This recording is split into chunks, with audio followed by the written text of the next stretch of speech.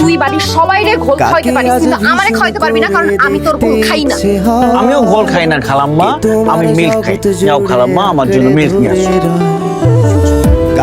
তুই আর একবার আমারে খালাম্মা বলছিস না, আমি কিন্তু তোর চাপা চাপা সব খোলা। তার কাজের বুয়াদের তো খালাম্মাই বলে। দিয়ে রাজি করাবি যে তুই যা চাস সে তাই যেন তোরে দেয়, তুই তাইলে সুস্থ হয়ে যাবি, তখন তুই আমাদের বিয়ের ব্যাপারে কথা বলবি। এইটাই তো তোর প্ল্যান নাকি? বিয়ে কি? আমাকে বিয়ে এনে দাও, বিয়ে এনে দাও খালাম্মা, আমাকে বিয়ে এনে দাও। হায় আল্লাহ, আমি একটা রিস্ক ফ্রি বিয়ে করতে চাইছি, যাতে বিয়ের পরে আমার ফ্যামিলি থেকে দূরে গিয়ে থাকতে না হয়। এর জন্য কাজিনের সাথে প্রেম করছি, আর এই কাজিনের বাচ্চা মাদার বোন হার্ডিস ক্র্যাশ করছে। আমার তো আবার শুরু থেকে শুরু করতে হবে। এর জন্যই কবি গাইছিল, রেনি রেনা কি মনে পড়ে সেই গিটারের সুর, নাকি নতুন সুরে মুগ্ধ খুব সুন্দর গান খালাম্মা।